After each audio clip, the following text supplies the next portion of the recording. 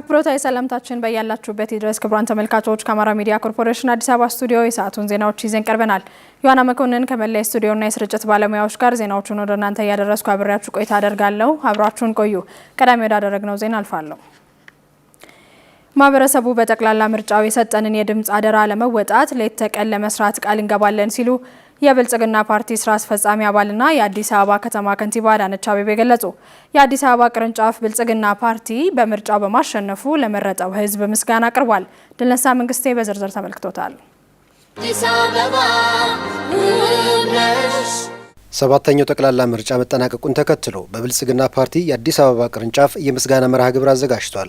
የብልጽግና ፓርቲ ምክር ቤት አባልና የአዲስ አበባ ቅርንጫፍ ጽህፈት ቤት ኃላፊ አቶ ሞገስ ባልቻ ምርጫ ለአንድ ስልጡን ማህበረሰብና ሀገር የዲሞክራሲ ባህል ግንባታ አስተማማኝ ተግባር መሆኑን አስታውሰው ምስጋናቸውን አቅርበዋል። የሰባተኛውን ሀገራዊና የከተማ ምርጫ በስኬት ጀምረን በውጤት አሳጅበን አጠናቀናልና አብረን ከናንተ ጋር ሰርተን ያገኘናቸውን ውጤቶች ያሳየን ቀጥሎ ለመስራት የሚያጓጉ ትልሞቻችንንም ደግሞ በሐሳብ አደራጅተን አቅርበን በዛ መልኩ መርጣችሁ እዚህ ስላደረሳችሁ ነውና ይህንን ህዝብ ማመስገን አለብን። ለቀጣይ ስራችንም አቅም ይሆናል ብለን ስላሰብን ይህን መርሃ ግብር አዘጋጅተናል።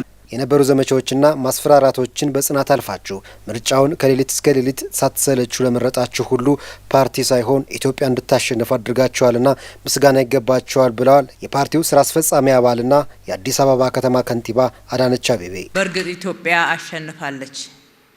ኢትዮጵያ አሸንፋለች ስንል እንድታሸንፍ ያደረጓት ደግሞ ማንም ሳይሆን ህዝቦቿ መሆናቸው ውጤቱን በጣም ድንቅ ክብር የምንሰጠው እንዲሆን ያደርገዋል። ሀገርን ማጽናት፣ የተጀመረውን የልማት ስራ ማስቀጠል፣ ሰላምን ዘላቂ ማድረግ፣ ብሔራዊ ጥቅማችንን ማስጠበቅ በጣም ወሳኝ ስራ ነው። የኢትዮጵያ ሰባተኛው ዙር ምርጫ እነኚህን ስራዎች እንዲቀጥሉ የማድረግና እነኚህን ስራዎች በጋራ እንድንሰራው ለማድረግ የሚያስችል አዲስ ምዕራፍን እንደገና የመጻፍ ስራ ነው በዚህ ምርጫ የተሰራው። ከምርጫ ማግስት ላይ ሆነን ለልጆቻችን የሚሆን አሻራ ለማስቀመጥ ክፍተቶችን ለይተን ለመሙላትና በድምጻችሁ ለሰጣችሁን የተጨማሪ ጊዜ አደራ በአዲስ መንፈስ 24/7 ለመስራት ቃላችንን እናድሳለን ብለዋል ከንቲባ አዳነች። ቅሬታዎች አሉ፣ ጥያቄዎች አሉ፣ ዛሬም ያልተመለሱ ክፍተቶች አሉ፣ በደንብ ያልተዘጉ። ሁሉ ነገር ሊሞላ የሚችለው በሂደት ነው ብላችሁ ገብቷችሁ በምንፈልገው ልክ እናንተ ጋር ባላደረስነው ነገር ደግሞ ያላሟሉትን ማሟላት ይችላሉ እድል መስጠት ነው ብላችሁ እንደሆነ በጣም ይገባናል። ስለመረጣችሁን እድል ሰጥታችሁናል። ትክክል ያልሆነውን ነገር ለይተን እናስተካክላለን፣ የጎደለውን እንሞላለን፣ ያልደረስንበትን አካባቢና ማህበረሰብ ለመድረስ ጥረት እናደርጋለን።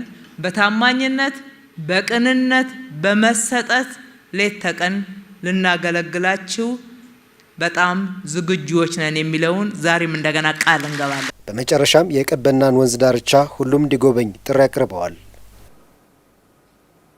የኢትዮጵያ የሀገር በቀል ኢኮኖሚ ማሻሻያ ከዓለም የምጣኔ ሀብት ንድፈ ሀሳብ የወጣ ሳይሆን ኢትዮጵያውያን ራሳቸው የመከሩበት መሆኑ ለየት ያደርገዋል ሲሉ የምጣኔ ሀብት ባለሙያው አቶ ደረጀ ደጀኔ ተናገሩ። ይህ የሀገር በቀል ኢኮኖሚ ማሻሻያ ዘርፈ ብዙ ለውጦችን ማስመዝገቡንም ተናግረዋል። ከቴዎድሮስ ኃይለ ኢየሱስ ጋር ቆይታ አድርገዋል። እንደሚከተለው ይቀርባል። ኢትዮጵያ በ2011 ነበር ሀገር በቀል የኢኮኖሚ ማሻሻያ መተግበር የጀመረችው። ማሻሻያው በሁለት ምዕራፍ ተከፍሎ እየተተገበረ ዓመታት አልፏል። ይህ የሀገር በቀል ኢኮኖሚ ማሻሻያ መንግስት የትኩረት ነጥብ ብሎ የያዛቸው መስኮችን መሰረት አድርጎም እየተሰራበት ይገኛል። ከአማራ ሚዲያ ኮርፖሬሽን የኛ ጉዳይ ፕሮግራም ጋር ቆይታ ያደረጉት የምጣኔ ሀብት ባለሙያው አቶ ደረጀ ደጀኔም የኢትዮጵያ ምጣኔ ሀብት በየዘመኑ ፈተናዎች የተጋረጡበት እንደነበር አንስተው ከ10 ዓመት በፊት የነበረው የዋጋ ንረት፣ የውጭ ምንዛሬ ክምችት መውረድና ሌሎች ምክንያቶችም ምጣኔ ሀብቱን አደጋ ውስጥ ከቶት እንደነበርም ያስታውሳሉ። አንድ ኢኮኖሚ እድገቱ መቀጠል ወደማይችል ሆነ፣ መውረድ ጀመረ። እንዲሁም ወረደ፣ ከ6 በታች ወረደ፣ ከ6 ከመቶ በታች። ያን ነገር ነው። የዋጋ ግሽበት እየናረ መጣ።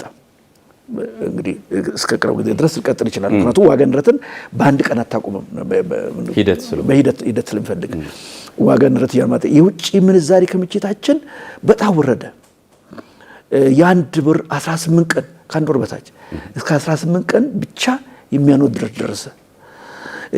ኤክስፖርት ሌላው እና የውጭ ገበያ መመጣጠን ነውና ኢትዮጵያ የውጭ የምታስገባው ኢምፖርቷ ከፍ እያለ ሲሄድ ኤክስፖርቷ እየመነመነ መጣ። ስለዚህ ይሄ አገሪቱ ኢኮኖሚውን ከባድ ችግር ውስጥ የሚከት ነው። ባለሙያው በ2011 የተደረገው የሀገር በቀል ኢኮኖሚ ማሻሻያ ከዓለም የምጣኔ ሀብት ንድፈ ሀሳብ የወጣ ሳይሆን ኢትዮጵያውያን ራሳቸው የመከሩበት መሆኑ ለየት ያደርገዋል ይላሉ። ኢኮኖሚስቶች እና የልማት ሰዎች ተገናኝቶ የነደፉት የኢኮኖሚ ማሻሻያ ትልም ነው።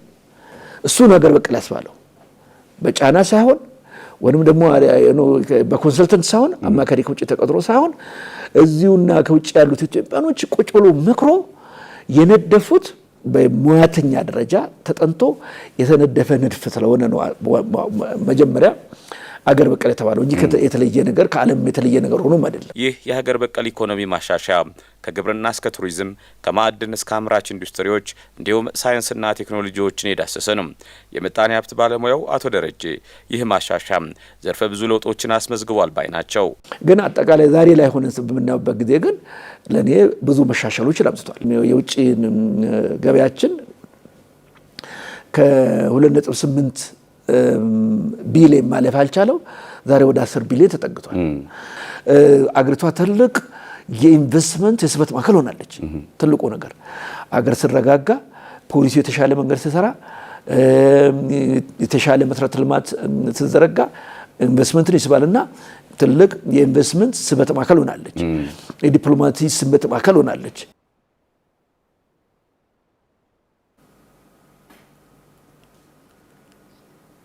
ኢትዮጵያ የእናቶችና ህጻናትን ሞት በመቀነስና የጤና አጠባበቅ አገልግሎቶችን ተደራሽ በማድረግ ውጤታማ ስራ መስራቷን የጤና ሚኒስትሯ ዶክተር መቅደስ ዳባ ተናገሩ።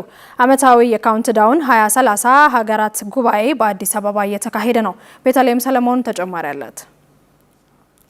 ሀገር መር የሆኑ መረጃዎችን ለጤና ፖሊሲ ለፍትሃዊ ተደራሽነትና ለስርዓተ ጤና ፋይዳ እንዲኖራቸው ማጠናከር በሚል መሪ ሀሳብ በተካሄደው አህጉር አቀፍ የካውንትዳውን 2030 ሀገራት ዓመታዊ ጉባኤ ከ36 አፍሪካ ሀገራት የተውጣጡ የጤናው ዘርፍ ባለሙያዎች፣ ፖሊሲ አውጪዎችና ተመራማሪዎች እየተሳተፉ ይገኛሉ።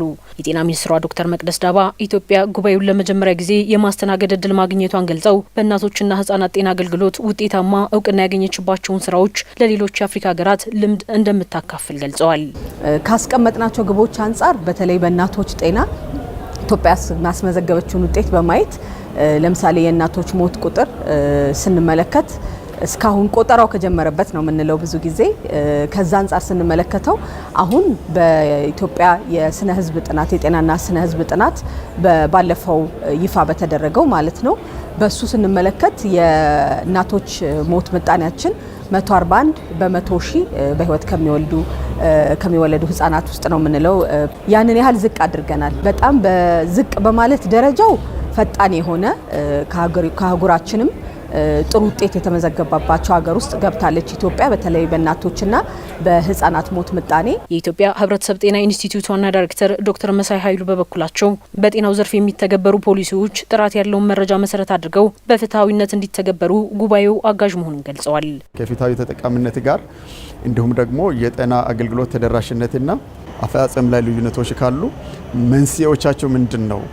እነዚህ መንስኤዎች ከፖሊሲ ጥራት ነው ከአተገባበር ነው ወይስ ምንድን ነው የሚለውን ወይንም በተወሰነ አካባቢ ወይንም ልዩ በሆኑ አካባቢዎች ልዩ የሆነ የጤና ስራዎች በሚፈለገው ልክ ውጤት እንዳመጡ ምክንያት የሆኑ መንስኤዎቹ ምንድን ናቸው የሚለውን በመለየት ለነዛ ደግሞ የሚሆን ስልቶችን በመቀየስ ከጤና ፕሮግራሙ እና ሌሎች ደግሞ የሚተገበሩ የተለያዩ የጤና ስልቶች ስልታዊ እቅዶች አሉ። ከነዛ ጋር በማናበብ የሚሰሩ ስራዎችን እንዲያግዝ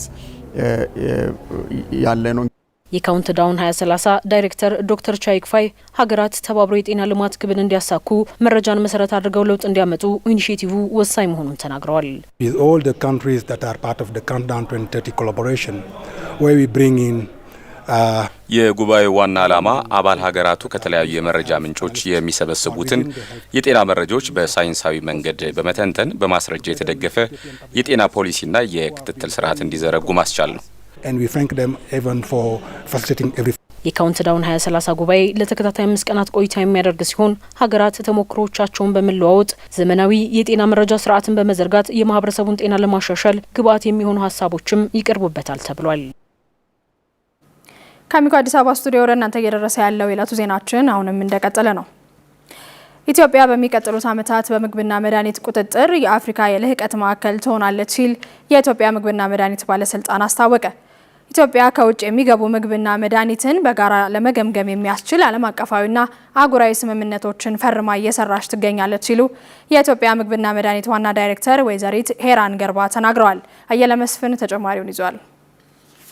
ኢትዮጵያ የምግብና መድኃኒት ቁጥጥርን እውን ለማድረግ ባለፉት 15 ዓመታት ዓለም አቀፍና አህጉር አቀፍ መለኪያዎችን ጠብቃ እየሰራች መሆኑን የኢትዮጵያ ምግብ መድኃኒት ቁጥጥር ባለስልጣን ዋና ዳይሬክተር ወይዘሪት ሄራን ገርባ ገልጸዋል። እንደ አውሮፓውያን አቆጣጠር በ2025 የመድኃኒት ቁጥጥር መለኪያ ከአፍሪካ 9ኛ፣ ከምስራቅ አፍሪካ 3ኛ፣ ከኢጋድ ደግሞ 1ኛ ደረጃን ይዛለች ያሉት ዋና ዳይሬክተሯ ይህም የሀገሪቱ የተረጋጋና የተደራጀ የምግብ መድኃኒት ቁጥጥር አሰራር የዘረጋች ሀገር ያደርጋታል ብለዋል። በዓለም አቀፍ ጤና ድርጅት የመለኪያ መሳሪያ አለ።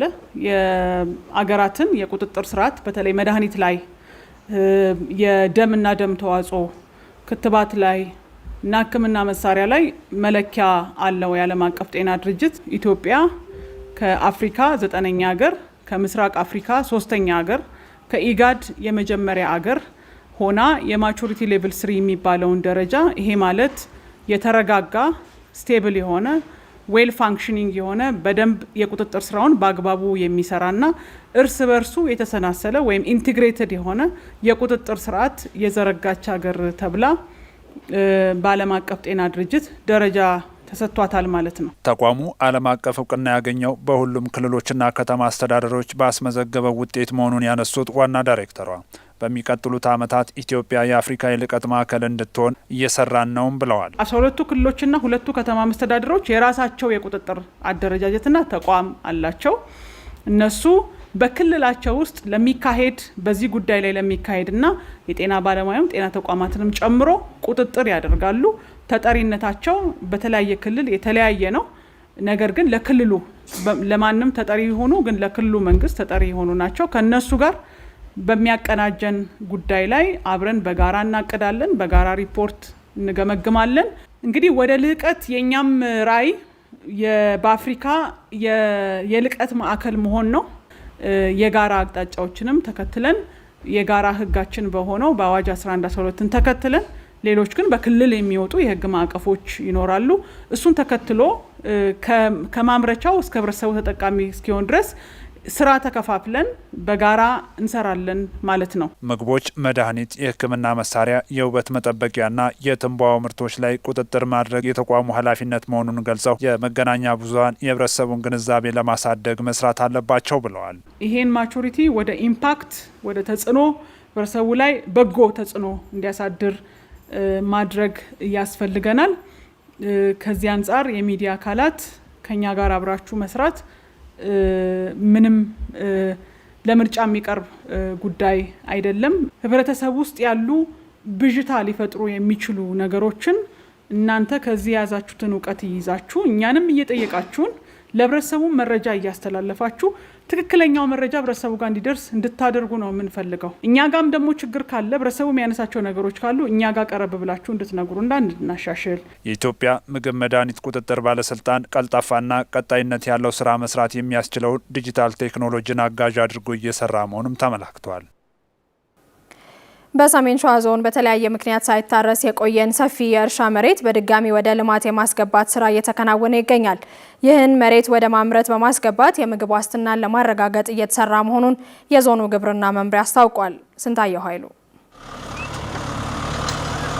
ለ2018-19 የምርት ዘመን ተረጅነትን ለመቀነስ የሚያስችሉ ስራዎች እየተከናወኑ መሆኑን በሰሜን ሸዋ ዞን የኤፍራታና ግድም ወረዳ ግብርና ጽሕፈት ቤት ገልጿል። ከዚህ ቀደም በኤፍራታና ግድም እንዲሁም በጅሌ ጥሙጋ ወረዳዎች 30 ሄክታር መሬት ለተረጅነት ቅነሳ ዓላማ ታርሶ ለምርት መዋሉን የተናገሩት የኤፍራታና ግድም ወረዳ ግብርና ጽሕፈት ቤት ኃላፊ ታደሰ ጉልቴ በ2018-19 የምርት ዘመንም ማህበረሰቡን ተጠቃሚ የሚያደርግ ስራ እየተሰራ መሆኑን ተናግረዋል።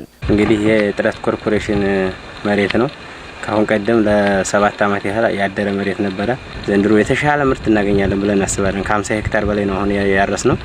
ይሄን ይዘን ወደ ስራ የገባንበት ሁኔታ ነው ያለው። ተረጅነት ቅነሳ ብለን የምንሰራው ስራ ብዙ ነዎች ማህበረሰቡ ላይ ተፈናቅሎ የነበረው የተመለሰበት እዚህ አካባቢ ላይ አለመግባባት የነበረውን እንዲግባቡ ያደረግንበት በ2018-19 የምርት ዘመን በጥቅል እርሻ ከሚውለው 563043 ሄክታር መሬት ውስጥ አሁን ላይ 263200 በላይ ሄክታር የእርሻ ስራ እንቅስቃሴ መከናወኑን የተናገሩት በሰሜን ሸዋ ዞን ግብርና መምሪያ የሰብል ልማት ቡድን መሪ አቶ አበበ ጌታቸው ከዚህ በተጨማሪ በጸጥታ ችግርና በተለያዩ ሁኔታዎች ሳይታረሱ የቀሩ የእርሻ መሬቶችን ወደ እርሻ እንዲገቡ መደረጉን ተናግረዋል። ተደጋጋሚ ሳይታረሱ የቀሩ መሬቶች ነበሩ። እነዚህ መሬቶች ወደ እርሻ እንዲገቡ ከማድረግ አንጻር ከ288.3 ሄክታር ውስጥ 263 ሄክታር ተለይቶ ከዚህ ውስጥ ከ200 ሄክታር በላይ የእርሻ ስራ ተሰርቶ 17 ሄክታር የዘር ስራ ማከናወን ችለናል። ከዚህም ባሻገር ደግሞ በማህበረሰቡ በተለያየ ምክንያት ሳይታረሱ ቀርቶ የነበሩ መሬቶች ታርሰው ወረዳው ለትራክተር አመቻችቶ ነዳጅ አመቻችቶ እንዲታረስ ወደ ዘር እንዲገባ ከማድረግ አንጻር ከ213 ሄክታር በላይ ወደ ስራ የተገባበት ሁኔታ ነው። ከ5700 ኩንታል በላይ እናመርታለን ብለን በእቅድ ይዘናል። ሳይታረሱ የሚያድሩ መሬቶችን ወደ እርሻ ስራ በማስገባት የአካባቢውን ማህበረሰብ በልቶ ከማደር ያለፈ ጥቅም እንዲያገኝ እየተሰራ መሆኑን ነው ቡድን መሪው የተናገሩት። ሳይለማባቸው የቀሩ መሬቶችን ወረዳው ከራሱ በጀት ይዞ እዛው ያለው ማህበረሰብ እንዲጠቀምበት ከማድረግ አንጻር አምራ ላይ በጣም በርካታ አርሶ አደሮችን ተጠቃሚ ማድረግ የተቻለበት ሁኔታ ነው ያለው። ያም ከ36000 ኩንታል አምና ላይ አርሶ አደሩ ምንም ሳይለማበት የቀረም መሬት አልምቶ እንዲጠቀም ከማድረግ አንጻር 36000 ኩንታል በላይ ባለመሬቱ እንዲጠቀምበት ማድረግ ችሏል። በዚህ ዓመት ከዚህ በላይ የሆነን መሬት ተጠቃሚ በማድረግ አርሶ አደሩን ከድህነት ወይም ሳይበላ እንዲያድር ይኖር የነበረን ማህበረሰብ ተመግቦ ትርፍ ማምረት የሚችልበትን አቅም ከመፍጠር ጋር ተያይዞ የተቀናጀ ስራ እየተሰራ ነው ብሎ መውሰድ ይቻላል። የእርሻ መሬትን በአግባቡ በመጠቀም ተረጅነትን የመቀነስ ስራ ተጠናክሮ እንደሚቀጥልም ተጠቁሟል። የተቀላጠፈ አገልግሎት መስጠታችን የኢንቨስትመንት ፍሰቱ እንዲጨምር አድርጎታል ሲል የቡልጋ ከተማ አስተዳደር ኢንዱስትሪና ኢንቨስትመንት ጽሕፈት ቤት ገለጸ።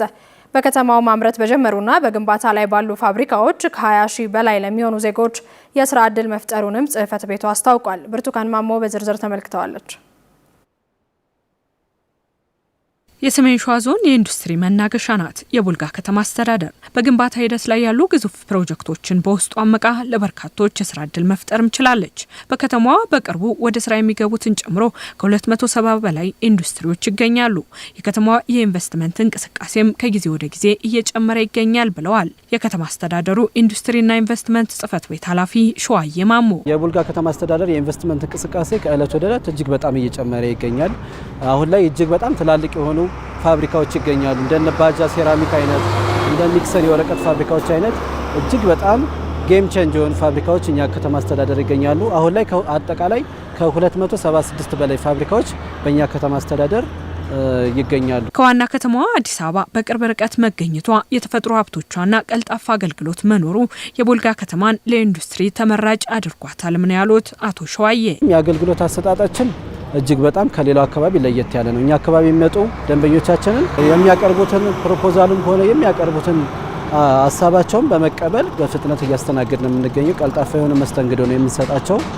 በእኛ አካባቢ በእኛ የሚወሰነው ፕሮጀክት ከሆነ በእኛ መነሻ የሚያስፈልጋቸው ከሆነ መነሻ እየላክን ከዞን እስከ ክልል እየተናበብን የምንሰራበት አግባብ ነው ያለው። ቀልጣፋ መስተንግዶ ነው ያለው እኛ ጋር በአራቱም ዘርፎች በተለይ በኬሚካልና ኮንስትራክሽን፣ በእንጨትና ብረታ ብረት፣ በአግሮ ፕሮሰሲንግ በተጨማሪም በጨርቃ ጨርቅ ዘርፎች እናስተናግዳለን። በከተማዋ ከሚገኙ 276 ኢንዱስትሪዎች መካከል 40 ያህሉ በምርት ሂደት ላይ ናቸው። በምርት ሂደት ላይ ያሉትን ጨምሮ በግንባታ ላይ ያሉ ኢንዱስትሪዎችም ለበርካቶች የስራ እድል መፍጠር ችለዋል። በቀጣይ ወደ 10 አካባቢ የሚሆኑ ፋብሪካዎች ማሽን በመትከል ላይ ይገኛሉ።